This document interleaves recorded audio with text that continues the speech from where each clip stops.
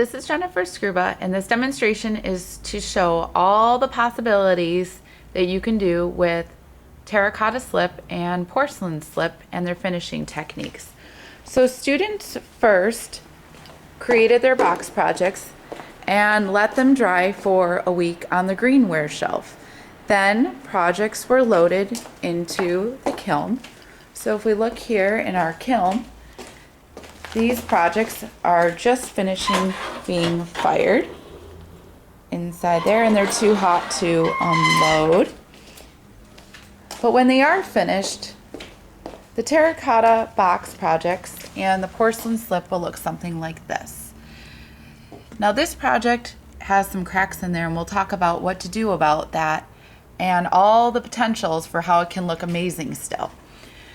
So the options, once the box is finished, if you're not happy with the surface finish of this light pink terracotta, you have options. You can turn it in on the low fire shelf, and it goes 400 degrees hotter, and it gives it just a brown finish, which has a light sheen. There's no glaze on that, but it has a beautiful rustic look. And here's the white porcelain, high fired, and it stays really white. So there's a real strong contrast there. You can change and do a low fire clear glaze and put it back in the low fire, and then you'll have a shinier effect like we have here. One thin coat of clear works really well. Too much can make it look cloudy. You could also do clear on the high fire, and it gives it a darker look. So the other option is to do ink. So we're going to take Sam's project here, and I've already set us up an area with ink over here. And I actually forgot my glove. Nope, it's in my pocket. Yes, I almost just tripped. We're doing this in one take. So I'm putting on my yellow glove right now.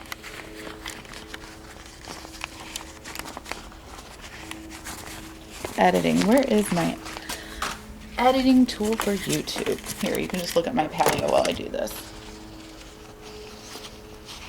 I grabbed two left-handed gloves. Yes, I am Polish, but that doesn't count. Okay, so here we are again. All right, so here's our black ink, and Sam's project has these cracks in it.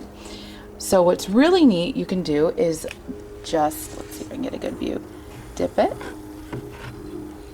and let it soak in for a minute, and we're gonna pull it out. So if you look here, the black goes into the cracks and starts to create this really cool effect. And it's kind of a stained look. Let's take it into the light.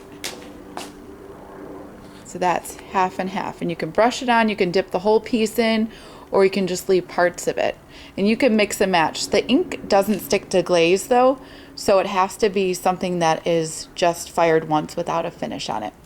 And these are just a few of some of the possibilities. Let's do a little highlight, and we're gonna open our high fire glaze firing, which if we look at our temperature gauge is flashing 355 degrees. Peek in here. Here's a couple students' projects that have gone through the high fire.